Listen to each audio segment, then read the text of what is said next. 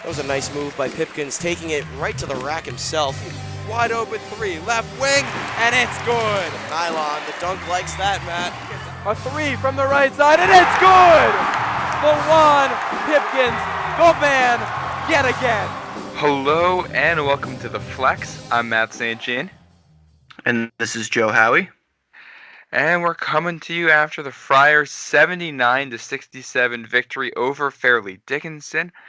Your leading scorer, David Duke with 28 points, Nate Watson with 20, Greg Gant leading the team in assists, and David Duke leading the team in rebounds. Duke with 8 rebounds, Gant with 5 assists. But I think if you look at it, the real star of the show here is David Duke, 28 points, 8 rebounds. It's not a career day, but it's up there. What are your first thoughts? What's your first reaction on this game, Joe? Ooh, this game was a sea of emotions for me. The first half, we played disgusting defense. I mean, if anyone paid close attention the first half, it looked like we were playing an opponent from the Big East, not Fairleigh Dickinson. It looked like we were playing Xavier or Marquette or Connecticut. It looked like someone that you'd play in Big East play. But nope, it was Fairleigh Dickinson. They led twice in the first half, only by 2, albeit, but they led twice, and then Providence led most of the game, but we were tied at halftime after a disgusting performance. I think all 11 guys touched the floor. It was really, really an abysmal train wreck of a first half. I think for me, the big difference in the second half was rotation. I think it was around the 13-minute mark. Ed Cooley made his first sub. It was Jimmy Nichols for A.J. Reeves after missing his 5th three. But I think rotation, when you cut it down in the second half, that's when we really started to turn it on. Matt, do you agree? Yeah, no, I think you're absolutely spot on. I want to go back to that first half. We should talk about 11 guys seeing the floor. They did this in true Ed Cooley fashion, where you have a slow start, Fairleigh Dickinson scores in transition, and just over 2 minutes into the game, Cooley pulls out all 5 of his starters and subs in a whole bench. And that's how Cooley likes to do it, setting the tone. And it got some results. You had Alan Breed and Bryson Goodine getting some quick points, but like you said, things were stale for most of the first half, and it wasn't until the second half when the Friars managed to turn things around. Yeah, and I understand what Cooley was doing there in terms of, proving a point. Like, if you're not going to defend, I agree with that. If I was a coach, I would have done the same thing. And it's happened to me before back in my days as CYO. It's happened in football. Like, I think that's a universal thing for coaches is that if you're not playing well early on, you get pulled. And I agree with that move. What I don't agree with is keeping the bench players in for the next 5 to 7 minutes, because that's when Fairleigh Dickinson really, started making this a closer game than it should have been.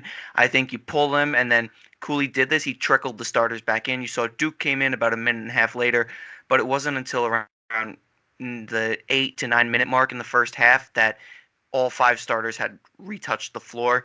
I don't agree with, that aspect of it, because I think if you want to, beat down a team like this, which I can't really even faithfully say that we did, but if you want to, build a lead against an inferior opponent, you should really have your higher level guys on the floor, which is what we did in the second half. Yeah, I think you talk about higher level guys on the floor. I think we're starting to see who's emerging as the better players for the Friars this season, and especially if you look at the minutes. It's not who you would expect. This game is going to go down when you look at the score sheet as Duke and Watson doing it as they always do. Mm-hmm. But you have Greg Gant, third on the team. He had 9 points, 6 rebounds, 5 assists, and 3 steals. This is probably Greg Gant's best game so far as a Friar. And you had Alan Breed, who had 8 points and a block. He looked really good at points, and you had Noah Horkler and Jimmy Nichols getting serious playing time. Meanwhile, A.J. Reeves, 12 points, 0 for 5 from beyond the arc. He did have 3 rebounds, but he's 4 for 25 now from beyond the arc this season. His only 2 points came from the free throw line, where he was 2 for 4. I think right now, if you're looking at the guys to get this done for the Friars, Alan Breed is going to take a bigger role. Jimmy Nichols is taking a bigger role, and Reeves is disappointing, but the Friars are finding other ways to get it done. Yeah, man, I agree. I was high on AJ Reeves. You can look back at any of our podcasts. I was giving him the benefit of the doubt. I think, now with Big East play, tiptoeing up on us, it's next week already. Mm-hmm. You got to make a tough decision here. And I think Reeves is a great kid. He's been in the program a while. But if it means that Allen Breed or Nichols are going to get more minutes than him, then if that's going to get you the W, then so be it. Until he can shoot himself out of this slump, because I mean, going 0 for 5, that's not like him. Usually he'll miss 2 or 3, he'll make 1 and then miss the following. But going big fat 0 is not like him at all. I don't know what it is. It could be that foot injury that Andy Katz was talking about on the broadcast, or maybe, it looks like he bulked up. Maybe his size is affecting his shot. Maybe he's going too strong. He's got to get used to it. But I don't know what's wrong with him. And then a point you made, Jimmy Nichols, I thought went under the radar today as providing some really good minutes. He had 3 blocks. And this is kind of what he showed us glimpses of his freshman year, is this really long stretch forward kind of guy that is really good defensively. I think him and Gant, I think they split minutes at the 3 and the 4, kind of a stretch wing forward spot. I think that was the difference maker defensively, is those two using their length to disrupt FDU. I agree. That's where you started to see the defense start to figure things out. And that's, with Ed Cooley, that's where it matters. You're always going to do defense first, offense second. I think Nichols is a guy. Nichols is, you go back to that first game, Nichols was out with an injury. Monroe comes in and plays a lot of minutes and looks good. Now we're at this point, Monroe, 6 minutes, Jimmy Nichols, 13. I think it's pretty clear which of the two of them is the better player, or at least more impactful so far this season. Yeah, they're each role players. They do different things, but Nichols is definitely better on defense, and 3 blocks in 13 minutes is incredibly impressive for him. Yeah, that's a really good line for him. Scoring rebounds, they weren't really there for him today. Those will come in time, but the blocks is what's important, because there was one block, it was sick. It went off the backboard. I think it was Bynum got the rebound, and it turned into a quick 2 points for us. And that's another thing today, is especially in the second half, points off of turnovers were huge for us. And we said this back from day one, 3-4 weeks ago when we started this podcast, is that if Providence plays good defense, it will feed their offense. And I can't tell you how many times today I saw Duke, Bynum, Gant, Nichols poke their hands in there, get the ball loose, and it turned into a quick, easy bucket for us. And that should be your mentality going forward for every game, is disrupt them on defense and use that momentum to build your offense.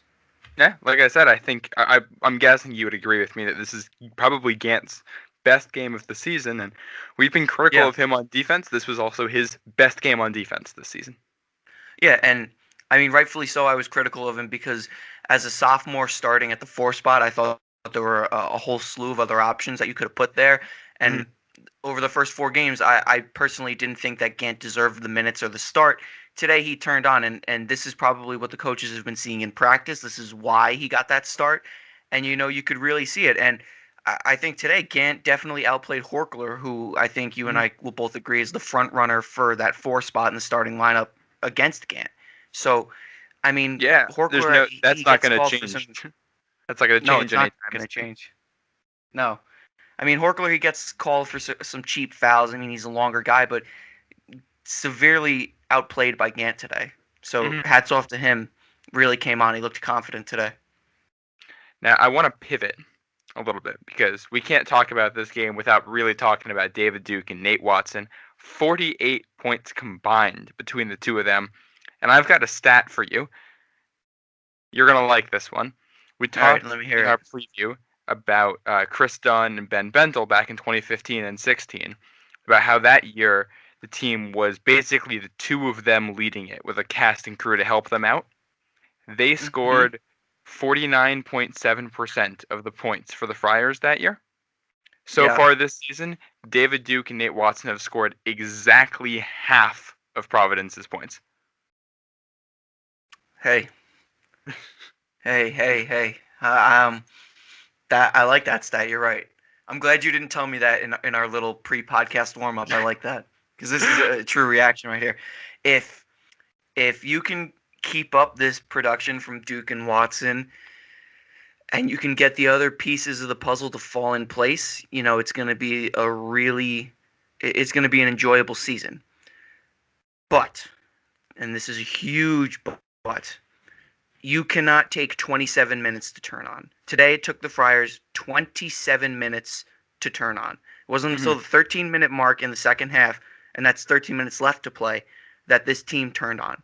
We had a slow start against Fairfield, slow start against Indiana, okay start against Davidson, and an okay start against Alabama.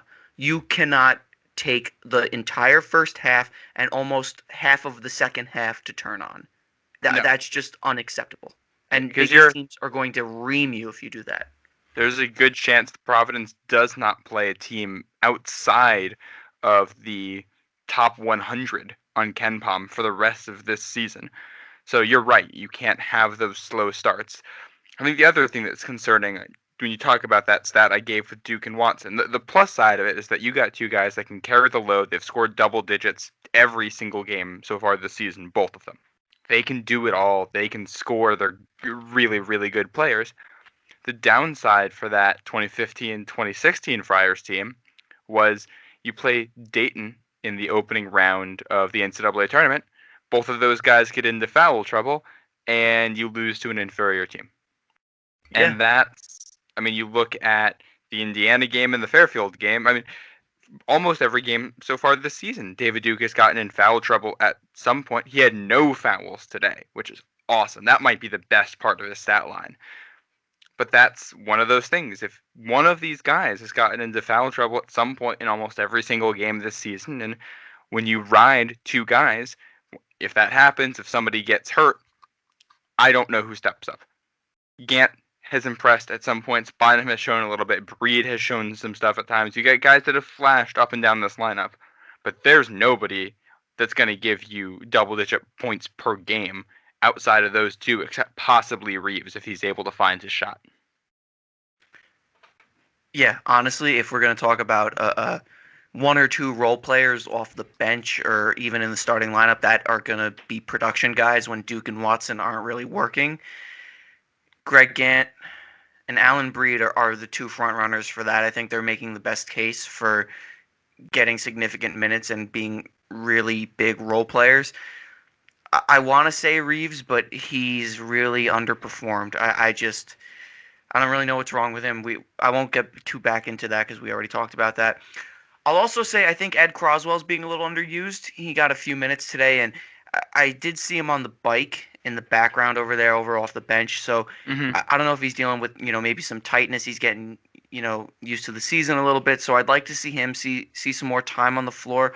He resembles Emmett Holt from 2016, 2017. Man, if I've ever seen an embodiment of a player that could be huge for us, especially if Nate's in foul trouble. That's a huge, huge post presence.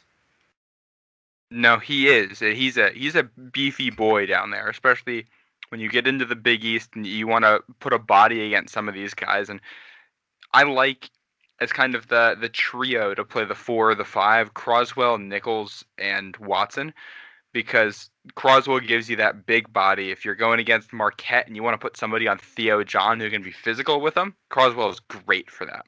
If you're going against a team like UConn who's got a lot of lankier guys, you can put Nichols down there and he's got the length to play with them and block shots and do all that. So that is where having a deep bench is awesome, because you've got a do-it-all guy in Watson and two guys that can do different things that can come off the bench and help you out. Also, I dug a little bit into AJ Reeves' stat line, so a little piece of optimism for all the listeners at home. Back in his freshman year, he had a game at Butler where he went 0 for 6. The next game at Creighton, he went 0 for 4. These are both from beyond the arc. Then come home and play Butler. That was the regular season finale 2 seasons ago. He went 6 for 8 from beyond the arc. So he's a streaky player. Game. Yeah. So this is one of those things where he's hot and cold. At some point, he should turn on, but also 12 minutes a game today. He needs to get the opportunities, and I don't know if he's doing enough without the ball to get them. We should probably start to wrap up here shortly. So, Joe, what are your big final takeaways? Who's your MVP for the Friars? So final takeaways, I think this is just going to jump back to a point you made, Matt. I'm going to piggyback off that. I think having this deep bench is going to be a very, very useful tool for Ed Cooley. I think he needs to use it properly, though, and I'm not being critical because that's not really fair. He had a shortened preparation time this season, and it's not fair to him to say it's his fault. But I think once you find out the proper rotation, this depth is going to be scary because right now it's not scary at all. It's actually, if I was a Big East team, I'd be excited to play Providence. I would be very excited to play us. No, My you're MVP right. Good. Go I mean, ahead, sorry. and Andy Katz had the Friars 8th in the Big East in his power rankings. So I mean, you're right. Nobody's scared to play the Friars right now. I don't know if I agree with 8th. I mean, Seton Hall's 1-3. I mean, Xavier's basically played nobody. Like they haven't played any. I get it. We're not playing great right now. I'd say 7th. That's just me digging in a little deeper. But back to the closing remarks. My MVP for today is Jimmy Nichols. I would give it to Gant, but if you're a starter, that's expected. I'd give it to Duke and Nate, but that they're fulfilling their expectations. I think MVP should go to someone who's overperforming or is a surprise, and I think that's Jimmy Nichols. I mean, this is only the second time we've seen him play some significant minutes this season, and he delivered. You know, I like the blocks on defense. I like his length. He had that nice little shot in the paint. He jumped from the Big East logo, and it looked like he was about to dunk it. Like that's how long his arm is. Oh my goodness! I liked him a lot his freshman year. I think he'll be really good as he begins to come on. Yeah, he's got those go-go gadget arms. I've always I watched Jimmy Nichols, and I believe at one point on air I called him the Blocktopus because his arms are so long. It's like he's got 8 of them out there. Matt. Oh. I don't know about that one. Yeah, sometimes you say things on air in a broadcast that are like you look back on and you're like, did I really say that? And it happens. My MVP, I think you're gonna like this one, Joe. I'm gonna go with Greg Gant, and I'm gonna pull a little stat going back to that 2015-16 team. It wasn't just Bentel and Dunn; they did lead the show, but they also had a sophomore wing player who averaged double-digit points per game and almost 7 rebounds per game, Mr. Rodney Bullock, 6'7", 220. If you're looking for a guy who could have that impact, I don't know if Greg Gant is at that point yet, but today we saw flashes of him being able to be that player who could be the third guy. If it's not going to be Reeves, Gant clearly has the talent to do it alongside Duke and Watson, and watching him play and throw down some of those dunks today was a lot of fun. I think you were spot on when you said we're seeing what the coaches saw and have been seeing in practice and seeing why he's been getting the start. You know, Matt, I'm gonna agree with you because as impactful and as a high of a scorer as Rodney was, he was so frustrating to watch. So I think Greg is gonna fit that mold perfectly.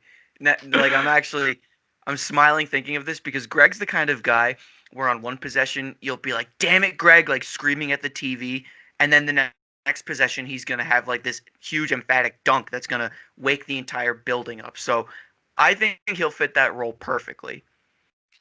Well, I think we can end it on that note. Friars again beating Fairleigh Dickinson by 12. They will take on TCU at TCU this Wednesday, hopefully, if that game is played. And then the Big East starts in just a week. But thank you for listening to us here at The Flex. For Joe Howie, I'm Matt St. Jean, and as always, 3-2, go Friars. Play better defense next game, please.